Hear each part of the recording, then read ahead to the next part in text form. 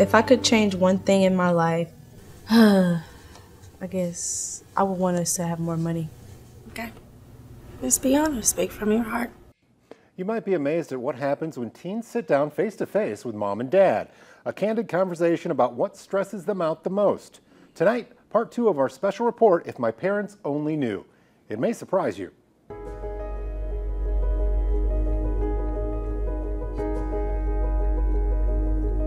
Tonight, we continue a very important conversation between parents and their teenage kids. What stresses them out the most? Maybe far different than when you were growing up as a teen. Watch what happens when families sit down face-to-face to open up about things not always easy to talk about. Have a seat, open the envelope. In the envelope are going to be cards with some questions. Answer them as honestly and openly as you can. Explain 3 things that stress me out the most. Basically, anything to do with grades. Trying to keep my grades up so my GPA can be high enough, to actually get into a credible college. Y'all are always on my case about getting B's and bad grades. At times we feel like that you are not putting the effort into it. You're not pushing yourself. Is that correct? Yeah. Do we want to use the word yeah? No. Let's use good grammar. Let's go to the next question. Okay. If I could change one thing in my life, I guess I would want us to have more money. Okay. Just be honest. Speak from your heart. As far as going to college, if we had more money, then it wouldn't just be so stressful, Social media nowadays allows people to say anything they want anonymously, like people who make a fake account, and they'll say all this negative and hate towards me, but in my face, in person, they would never have done that. This is a big deal for kids, and they really have a hard time escaping from it. For many adolescents, carrying around this in their backpack is like carrying around the entire high school population on their backs. If I could change one thing in my life, I would change my surrounding. What do you mean change your surrounding? How so? How everybody getting shot and killed and stuff. What worries me? So what worries me is that my friends won't like me. I just become completely lonely, be alone. That worries you? Yeah. Well, when he said that, it almost took my breath away. At times, teenagers feel really disconnected. A parent has to be engaged and try to get a sense for whether the teenager is starting to feel helpless and hopeless. Well, they're only teenagers, but maybe empathy is the best medicine there. In fact, yesterday, I did Haley's chores for her. It's exam season after all, right? Tomorrow night, just how addicted is your teenager to their smartphone? Really addicted. It's called nomophobia. We're putting teens to the test. Hear them reveal their fear of not having their smartphone.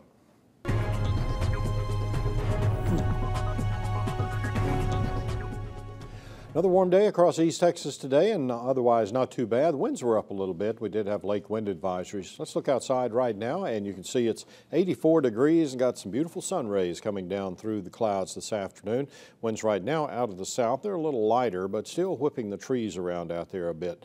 Now, as we take a look at what's going on across other parts of the state, you can see there is some severe weather going on up in the Panhandle, including some tornado warnings for counties there into Oklahoma, Kansas, and even as far north as Wisconsin. Here in East Texas, we've got some of those clouds moving in. No threat of severe weather for us, even though we expect to see some thunderstorms approach in the morning and actually move into East Texas. But by that time, they should be much weaker and breaking up into just a few thunder showers across the area that'll move through. And most of that should be done by noontime, get a few breaks in the clouds. And we'll see temperatures again tomorrow like this. The 80s over the northern as well as the southern portions of East Texas. So here's your next 7 days, 30% chance of some thunderstorms mainly in the morning, 20% on Thursday. If we do see severe weather, the first chance for that in East Texas will be Friday. And it does look like we'll have thunderstorms this weekend, Brian. Thanks, John. Well, with more and more people telecommuting, there's a growing need for, temporary workspace. Producer John Burnley shows us new companies are popping up to bring workstations to restaurants. More and more restaurants are offering space before the dinner crowd arrives. Yeah, but you knew that. Andrea Wasserman chats with a fellow worker just before closing up her laptop for the day. Wasserman's office for her online party supply company is a restaurant, Distilled, New York.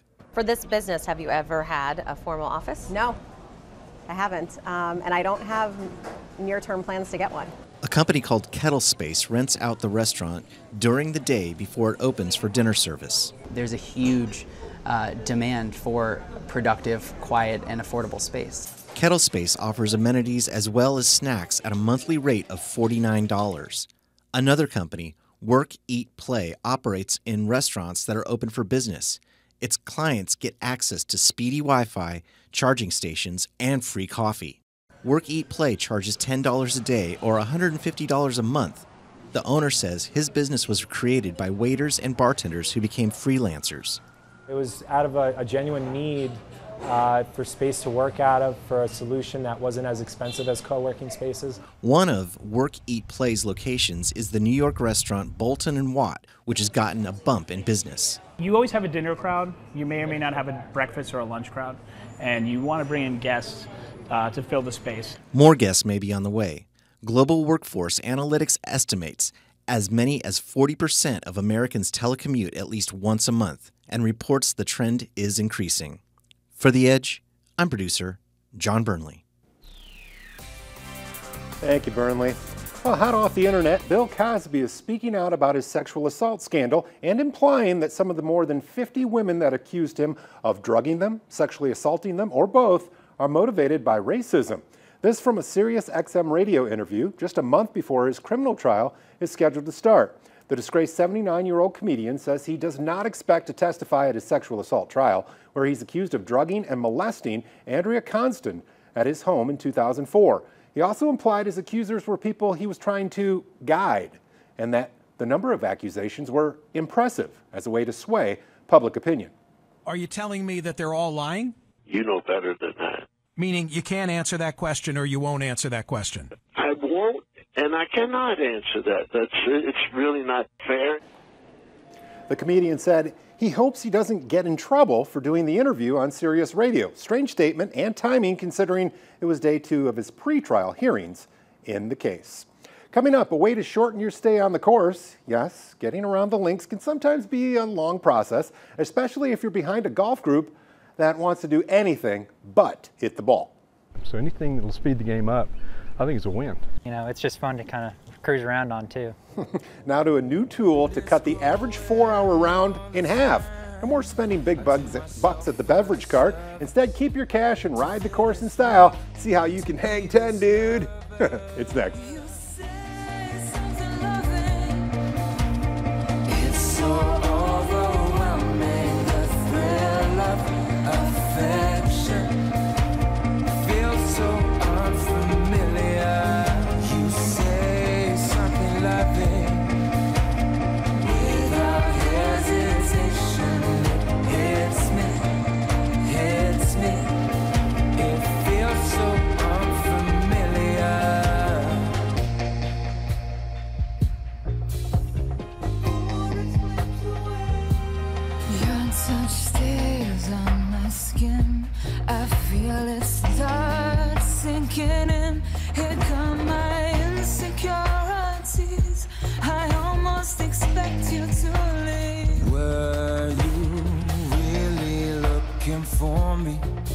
Try your best to reassure me I wasn't patient to meet you.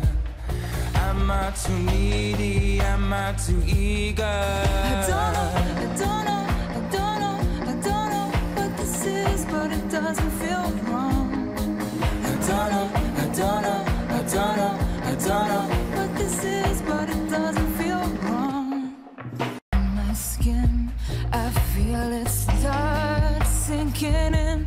Here come my insecurities. I almost expect you to leave. Were you really looking for me? Try your best to reassure me. I wasn't patient to meet you. Am I too needy? Am I too eager? I don't know what this is, but it doesn't feel wrong. I don't know what this is, but it doesn't feel wrong. Did you hear me say it? Say it. Did you hear me say? I say something loving. I can't hold it inside. The thrill of affection is only getting stronger. I say something loving. All my hesitations are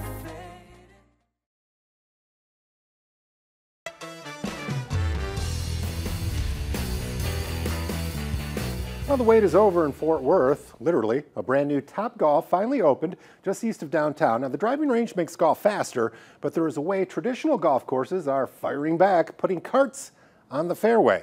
That look more like, well, kind of like surfboards. Bradley Blackburn from our Dallas station went for a ride.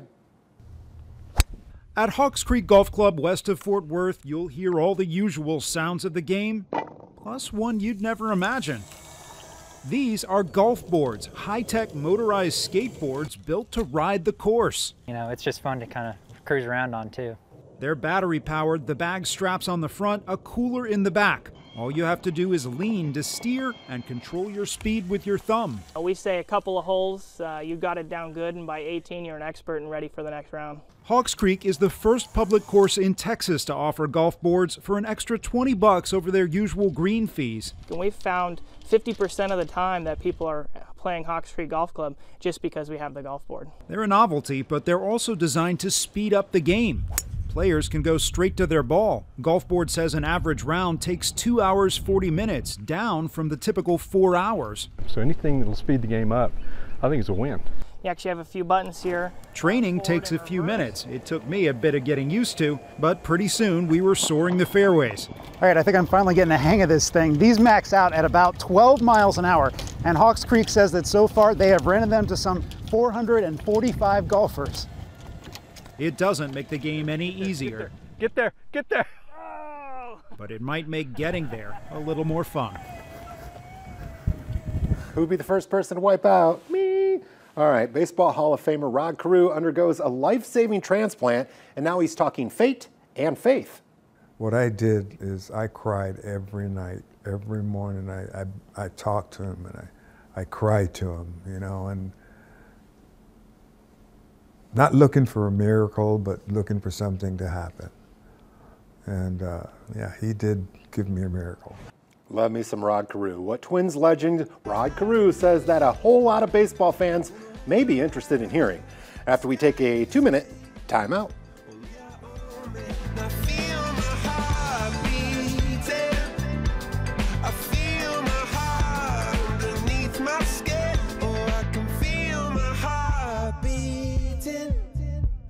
Cause you make me feel like I'm alive again.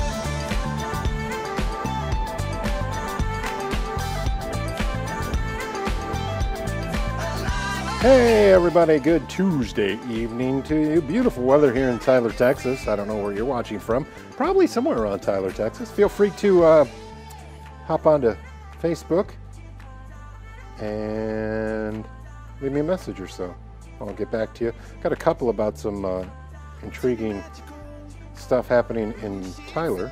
An accident on Broadway and a DPS cruiser that crashed in the back of somebody on 315. Obviously, we're in the middle of a show now, but check our Facebook page and check our website as well. As soon as we get that information, if there were any injuries, it'll definitely be up on there. We'll update it as soon as possible. So if you're looking for that information, just keep checking back on the internet. That's the nice thing about the internet. When you're not doing a newscast, you can update it right online, right? Am I convincing myself? But thanks for tuning in on this Tuesday. Feel free to, like I said, leave us a message and I'll get back to you.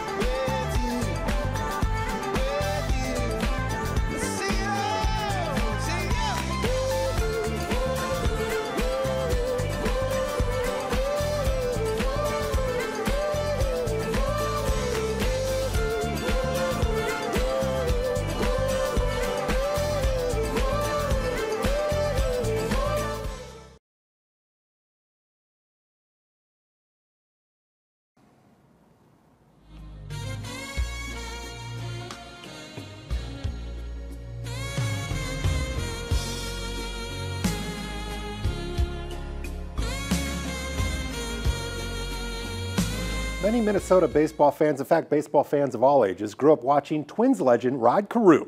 So when people found out he had had a heart attack about a year and a half ago, it touched all of us, really. Randy Shaver from our Minneapolis station talks to a baseball great about receiving a second chance in life. Detroit and Minnesota were... When Twins great Rod Carew played baseball, he left nothing to chance. He worked harder than anyone else from the first day he put on the uniform until his last. And the numbers reflect his dedication. Carew was an 18-time All-Star, 7-time batting champion, and Hall of Fame legend. That's my Twins rookie uniform. Is it really? Is that the real uniform? That's the real uniform. Awesome. His home in Southern California is decorated with reminders of that hard work and incredible talent. And though humble at 71, Rod does allow himself a rare moment. Every now and then I might look at these and say, God, you were good. And if my wife heard me saying that, she goes, oh, here we go. He's earned a pass, not just because he's one of baseball's all-time greats, but because fate and faith have allowed him more time to live and love. Physically, I never thought I was going to have a heart attack. A massive heart attack in September of 2015 nearly took his life. One of the guys is sitting on the floor with the paddles, and he's yelling, let's go, damn it, we're losing him, we're losing him. And then I was gone. That was the last thing I remembered. Ladies and gentlemen, please welcome number 29, Rod Carew. Over the next year, Rod promoted heart education through his Heart of 29 campaign. All the while, a mechanical heart pump implant was keeping him alive as he waited for a much-needed transplant. And though Carew showed a brave face in public, in private, his faith was being tested. What I did is I cried every night, every morning.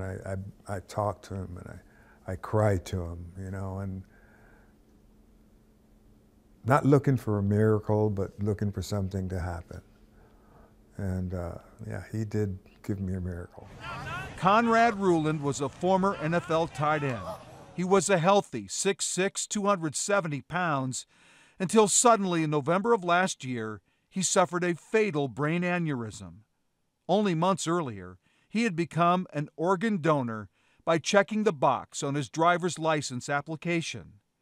Ironically, Conrad grew up just 15 minutes from Rod Carew, and as a young boy, met the baseball legend. Conrad was 29 years old when he died. 29. I don't know how Fate. many donors. I told the doctors, I said, whoever gets this heart better deserve it because it was a good heart. Mary Ruland got her wish. So did Rod Carew. A successful heart and kidney transplant has saved his life. And in the process, it's allowed a grieving family a path to healing. Welcome home, Conrad. It is hard to find the right words to describe an incredible moment like this. For them to be able to hear that and hear that strength is still there. What a moment. Yeah, it was great. It was great. So it's not surprising that you'll find in the Carew home, not far from his baseball accolades, a quiet reminder of how precious life really is. And much like his daughter's request to keep her memory alive, Conrad Ruland is doing the same with every beat of Rod's heart. This is a second chance at life. You're given life. When you donate a part of your body to someone else, you're saying to that person, I want to keep you alive.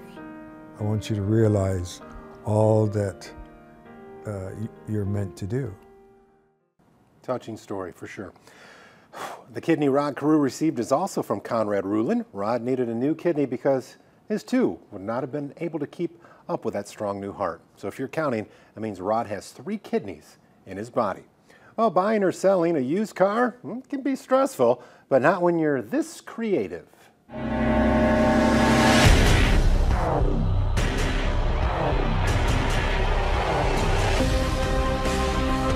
See why this ad is blowing up on social media. on the other side of this break. Stick around.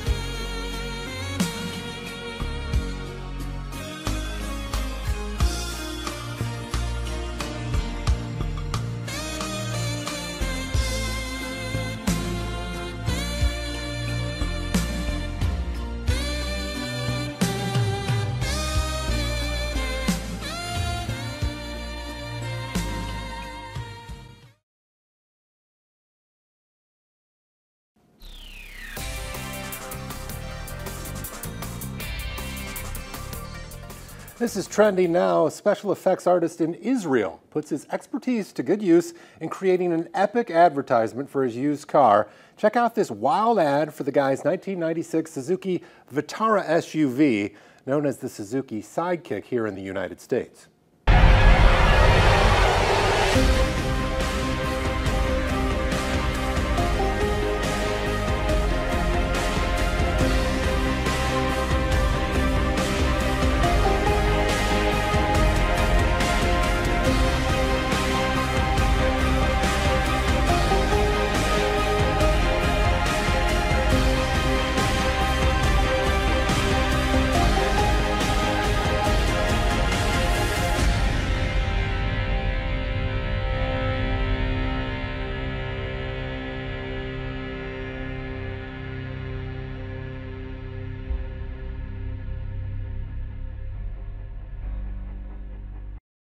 That guy is awesome. I would buy that car, spelling errors and all.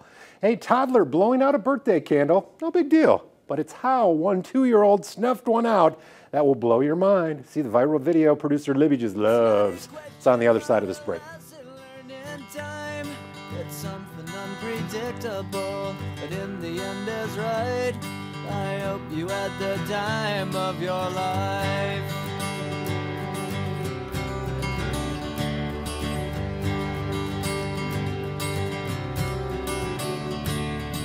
So take the photographs and still frames in your mind, hanging on a shelf in good health and good time.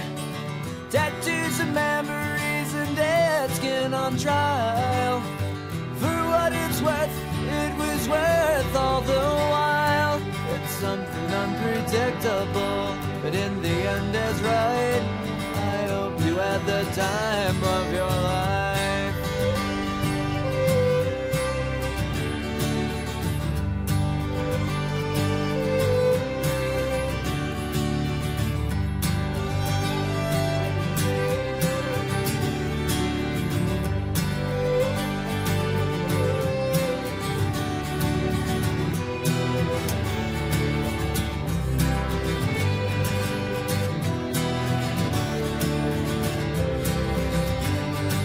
It's something unpredictable, but in the end it's right. I hope you had the time of your life. You had the time of your life.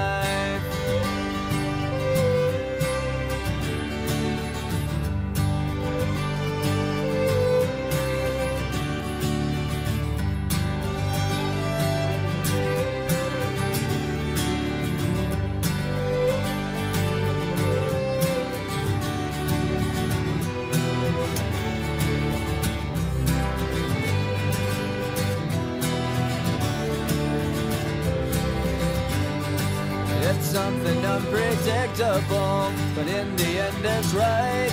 I hope you had the time of your life.